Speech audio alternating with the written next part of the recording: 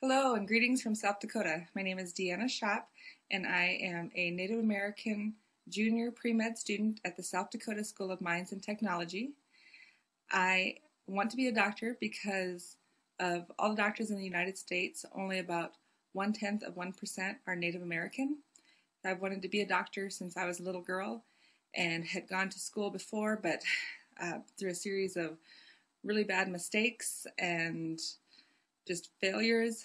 I dropped out of school, out of college after 2 years and went into the workforce.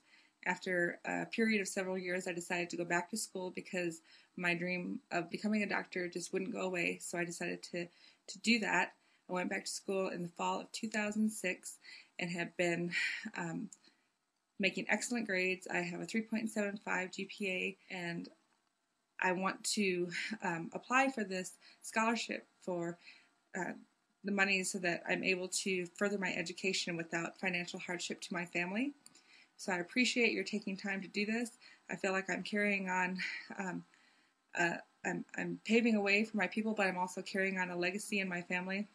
My mother went back to school after several years after a divorce, and she had 2 children and got her bachelor's degree. My grandmother went back to school after my grandfather died and got her bachelor's degree. My aunt also went on and just recently completed her PhD in nursing, has been in the Army for 20 years.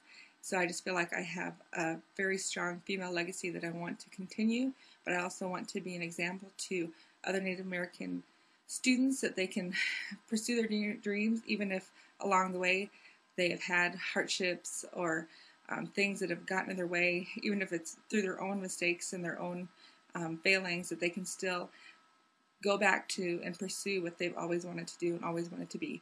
Thank you for your time.